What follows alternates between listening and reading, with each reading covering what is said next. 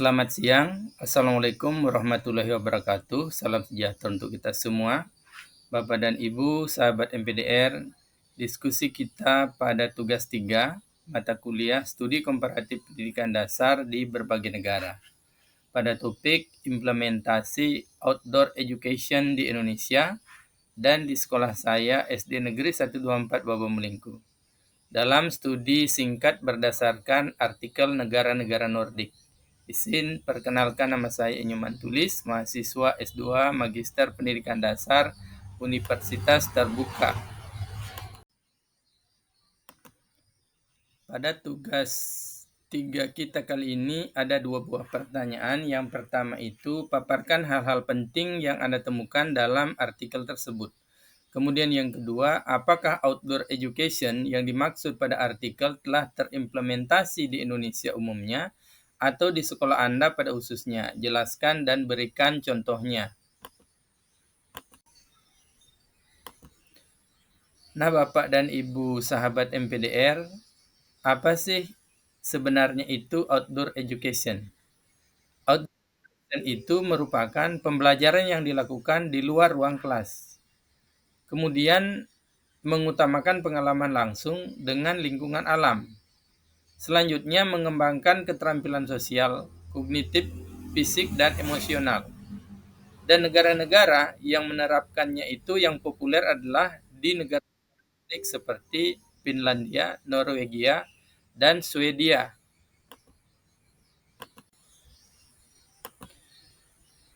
Nah, berdasarkan pertanyaan pertama, artikel ini membahas tentang scoping review yang bertujuan untuk memberikan gambaran menyeluruh mengenai penelitian yang dilakukan mengenai pendidikan luar ruang atau outdoor education di negara-negara Nordik seperti Denmark, Finlandia, Islandia, Norwegia, dan Swedia. Beberapa hal penting yang ditemukan dalam artikel ini, seperti misalnya yang pertama itu kurangnya representasi penelitian negara Nordik. Meskipun ada anggapan tentang tradisi pendidikan luar ruang yang kuat di negara-negara Nordik, sedikit sekali penelitian dari wilayah tersebut yang dimasukkan dalam tinjauan penelitian internasional. Hal ini menunjukkan bahwa meskipun ada banyak penelitian di negara-negara Nordik, banyak yang tidak terwakili dalam literatur internasional. Kemudian yang kedua, fokus pada pendidikan luar ruang di sekolah dasar. Sebagian besar studi yang dimasukkan dalam tinjauan ini adalah studi kualitatif yang dilakukan di konteks sekolah dasar. Pendidikan luar ruang yang dilakukan mendukung pembelajaran dalam berbagai mata pelajaran seperti sains, matematika, bahasa, dan bahkan prelude sleep atau aktivitas luar ruang. Kemudian yang ketiga, metode penelitian. Studi yang termasuk dalam tinjauan ini mayoritas menggunakan pendekatan kualitatif. 31 dari 52 studi dengan mengumpulkan data melalui wawancara dan observasi. Hanya sebagian kecil yang menggunakan pendekatan kuantitatif dan beberapa studi menggabungkan keduanya atau metode campuran. Misalnya, ada studi yang memanfaatkan kuesioner untuk mengumpulkan data kuantitatif dan wawancara untuk data kualitatif. Kemudian yang keempat, pembelajaran mata pelajaran. Banyak studi yang berfokus pada bagaimana pendidikan luar ruang digunakan untuk mendukung pembelajaran dalam mata pelajaran seperti sains, matematika, dan geosains, terutama di tingkat sekolah dasar dan menengah pertama. Prelude sleep atau aktivitas luar ruang yang terintegrasi dengan pendidikan fisik juga merupakan bagian dari kurikulum nasional di beberapa negara seperti Norwegia dan Swedia. Kemudian yang kelima adalah keterlibatan guru dan siswa. Studi seringkali melibatkan perspektif guru karena mereka adalah pengarah utama dalam pendidikan luar ruang di luar kelas. Meskipun demikian, ada sedikit penelitian yang melibatkan pemangku kepentingan lain seperti kepala sekolah atau manajemen sekolah. Kemudian poin yang keenam adalah keterbatasan penelitian yang ada. Beberapa topik yang kurang dieksplorasi dalam literatur adalah penggunaan sumber daya digital dalam pendidikan luar ruang dan penerapan pendidikan untuk keberlanjutan atau education for sustainability di luar ruangan. Kemudian poin penting yang terakhir, yang ketujuh adalah ruang untuk penelitian selanjutnya. Artikel ini juga mengajukan beberapa saran untuk penelitian lebih lanjut, termasuk penelitian lebih lanjut mengenai dampak kognitif, kesejahteraan, dan proses pengajaran dalam konteks pendidikan luar ruang di negara-negara Nordik. Secara keseluruhan, meskipun pendidikan luar ruang di negara-negara Nordik telah mendapat perhatian luas, banyak peluang penelitian yang masih belum tereksplor, terutama terkait dengan penggunaan teknologi digital dan fokus pada keberlanjutan dalam pembelajaran di luar kelas. Nah, Bapak Ibu, terkait dengan jawaban saya dari pertanyaan yang kedua mengenai outdoor education di Indonesia, bahwa pendidikan luar ruang atau outdoor education adalah pendekatan pendidikan yang memanfaatkan lingkungan luar sebagai ruang belajar, yang bertujuan untuk mengembangkan keterampilan dan pemahaman siswa melalui pengalaman langsung di luar kelas.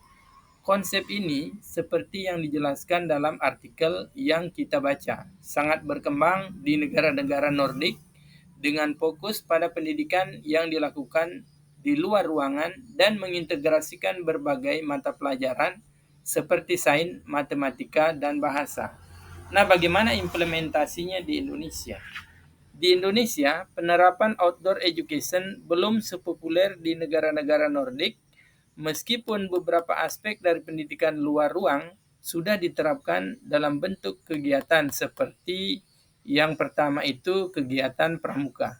Sebagian besar sekolah di Indonesia mengadakan kegiatan pramuka yang melibatkan kegiatan luar ruang seperti kemah, orientasi alam, dan keterampilan bertahan hidup. Meskipun kegiatan ini berfokus pada pembentukan karakter dan keterampilan sosial, ada juga elemen pendidikan dalam konteks alam terbuka yang sejalan dengan prinsip pendidikan luar ruang. Kemudian yang kedua, kegiatan ekstrakurikuler. Beberapa sekolah mengadakan kegiatan ekstrakurikuler seperti hiking, berkebun, atau mengunjungi tempat wisata edukasi seperti kebun binatang, taman sosial, atau pabrik untuk mempelajari berbagai mata pelajaran dalam konteks yang lebih nyata dan kontekstual. Kemudian yang ketiga, field trips atau kunjungan lapangan. Banyak sekolah dasar di Indonesia yang mengadakan kunjungan lapangan sebagai bagian dari pembelajaran, terutama di pelajaran sains dan sosial. Siswa diajak untuk belajar tentang topik tertentu di luar kelas, misalnya mengunjungi museum, pasar tradisional, atau tempat bersejarah. Kemudian yang keempat, kebun sekolah. Beberapa sekolah juga memiliki kebun sekolah di mana siswa dapat belajar tentang pertanian, ekosistem, dan keberlanjutan secara langsung. Kebun sekolah ini memberikan kesempatan bagi siswa untuk berinteraksi dengan alam, menanam tanaman, dan belajar mengenai siklus kehidupan tanaman dan hewan. Selanjutnya, implementasi di sekolah saya di SD Negeri 124 Baba Melingku. Di sekolah saya, SD Negeri 124 Baba Melingku, meskipun belum sepenuhnya mengadopsi outdoor education secara formal, beberapa elemen dari pendidikan luar ruang sudah diterapkan dalam kegiatan pembelajaran sehari-hari. Sebagai contoh adalah yang pertama itu kegiatan belajar di halaman sekolah. Kami sering menggunakan halaman sekolah untuk kegiatan pembelajaran, terutama dalam mata pelajaran sains dan bahasa.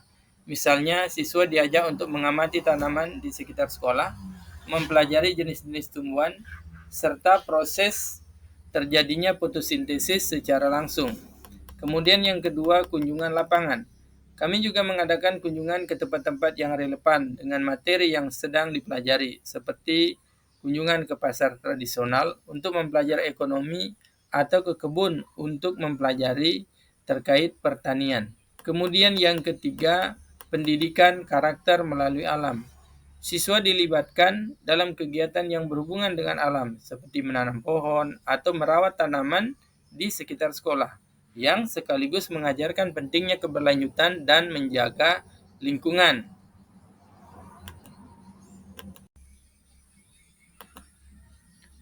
Walaupun secara umum outdoor education dapat dilaksanakan tentu saja ada tantangan. Misalnya yang pertama itu keterbatasan fasilitas dan sumber daya. Kemudian yang kedua, belum adanya kurikulum yang mendukung secara sistematis. Nah, Bapak Ibu, lantas apa yang menjadi harapan dari outdoor education ini? Yang pertama itu perlu adanya dukungan kebijakan pendidikan nasional. Kemudian yang kedua, pelatihan guru tentang pembelajaran di luar ruang.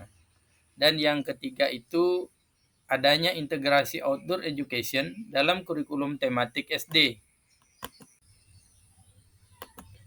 Nah, rekan-rekan sahabat MPDR, meskipun kegiatan-kegiatan ini sudah mencakup beberapa prinsip dari outdoor education, seperti belajar di luar ruangan dan menghubungkan pembelajaran dengan pengalaman langsung di alam, outdoor education yang lebih terstruktur dan terintegrasi dalam kurikulum masih jarang ditemukan di Indonesia. Implementasi outdoor education yang lebih luas dan terorganisir seperti yang diterapkan di negara-negara Nordik mungkin membutuhkan lebih banyak dukungan, baik dari sisi kebijakan pendidikan, pelatihan guru, maupun penyediaan fasilitas yang mendukung. Sebagai sebuah kesimpulan, secara keseluruhan, meskipun Indonesia sudah mulai mengadopsi beberapa aspek dari outdoor education, masih banyak ruang untuk mengembangkan dan mengintegrasikan pendekatan ini lebih dalam kurikulum pendidikan di tingkat sekolah dasar.